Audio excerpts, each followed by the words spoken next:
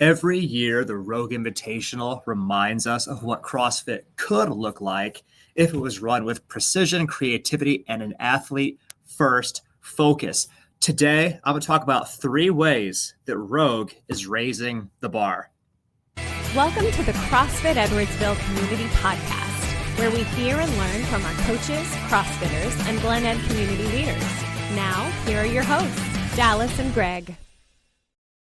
The Rogue Invitational just finished, and as is Rogue's standard, they have raised the bar once again. An amazing overall presentation of fitness, both as a spectator sport and, from where I'm seeing, also as an athlete experience. So what is it that Rogue is doing so well that maybe CrossFit headquarters should be following and studying and taking notes on? That's what I'm talking about in this episode of the podcast. Let's jump right into it. I want to talk first about production quality and professionalism, because Rogue Fitness treats CrossFit like a professional sport with world-class production and lighting and commentary and graphics and athlete profiles.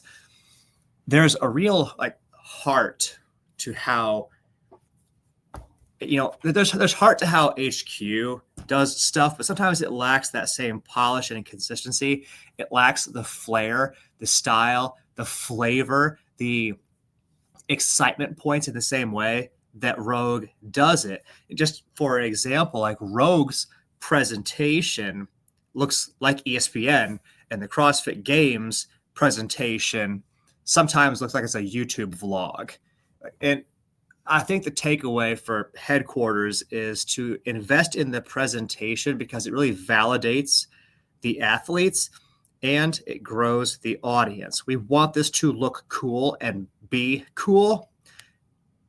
Make it look cool. Make it be cool. Rogue does that really well, a lot better than headquarters does. That's my first point.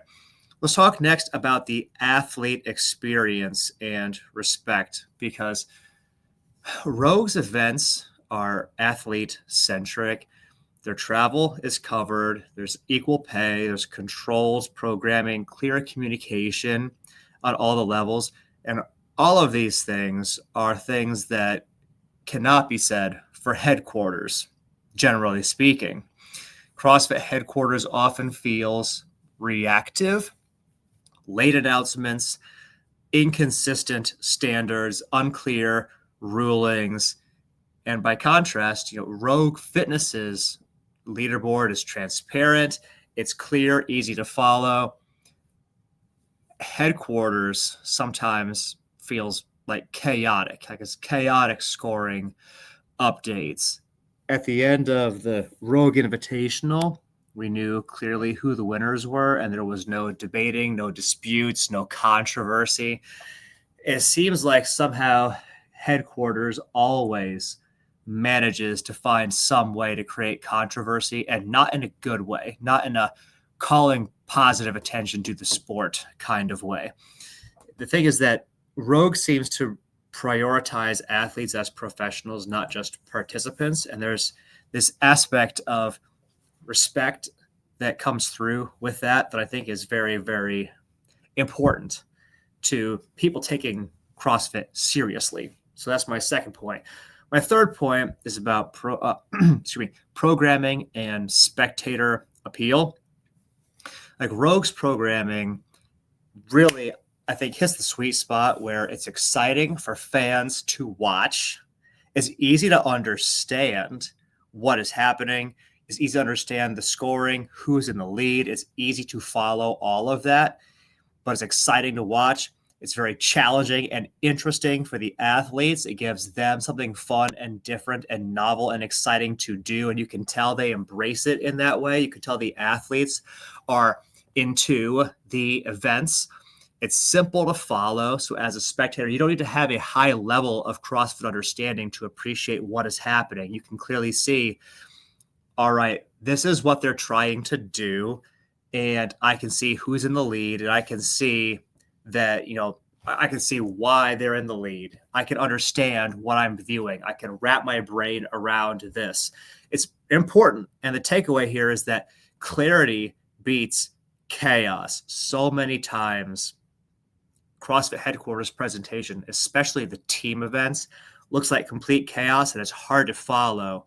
It's hard to understand what I'm looking at. And I know pretty much everything there is to know about CrossFit. I've been in the game for so long.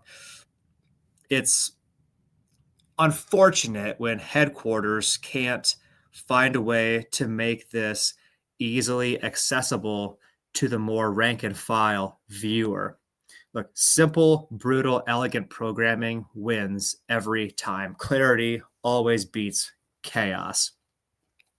So I've talked about production quality and professionalism. I've talked about athlete experience and respect. I've talked about programming and spectator appeal. So I want to just close out this episode by saying that Rogue's success with the Rogue Invitational year after year proves that the CrossFit model can thrive when it's treated right, when it's treated with professional respect.